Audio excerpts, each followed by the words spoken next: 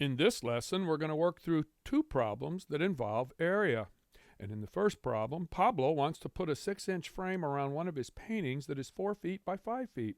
What is the area of the frame? The first thing we're going to do is draw a sketch of a rectangle, and that represents the 4 foot by 5 foot painting. And then we label the 4 feet and the 5 feet.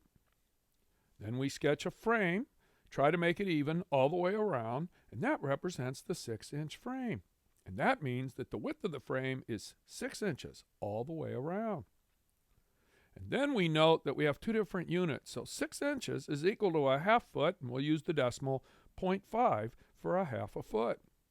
And then we notice that over on the width, which we're going to label over on the right side, which for the painting is 4 feet, we've added a half a foot at the top and a half a foot at the bottom.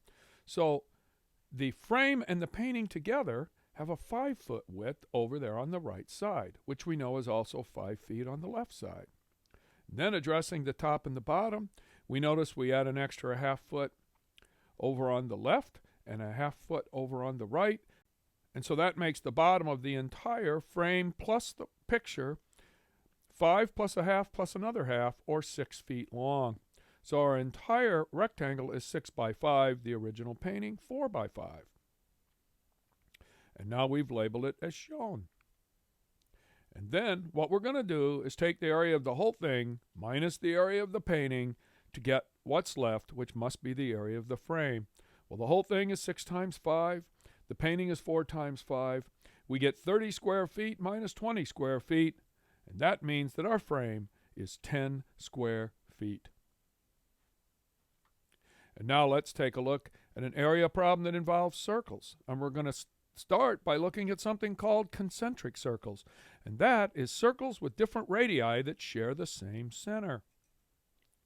And in this case, these concentric circles have a relationship in that each ring is 2 centimeters wide, which also means that the radius of each circle is 2 centimeters more than the previous one. So, of course, the innermost circle is the red. Some people might call that a bullseye. And perhaps we could discuss whether or not the red circle in the center is actually a ring or not. But I think you can see from the description that the radius of the red circle must be 2, because then the width going out is also 2. So the red circle has a radius of 2. The red plus the yellow ring combine to make a circle with radius 4. The red, yellow, and green combine make a circle of radius 6, and the whole thing has a radius of 8. Well, the first thing we're going to do is find the area of the red. Well, the red, of course, has a radius of 2. Pi times r squared in this case is pi times 2 squared. 2 squared is 4. So in terms of pi, the area of the red circle is 4 pi square centimeters. And then to get the yellow ring, we would get the area of the red plus the yellow circle combined, and then subtract the area of the red. What's left must be the yellow ring. So, since the radius of the red plus the yellow combined is 4, we do 4 squared to get 16, and that makes 16 pi. And then we remember we already know the red circle is 4 pi. 16 pi minus 4 pi is 12 pi square centimeters. So the area that's painted yellow is 12 square centimeters.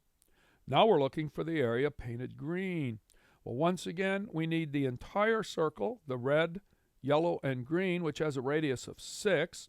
And since 6 squared is 36, that circle has 36 pi square centimeters.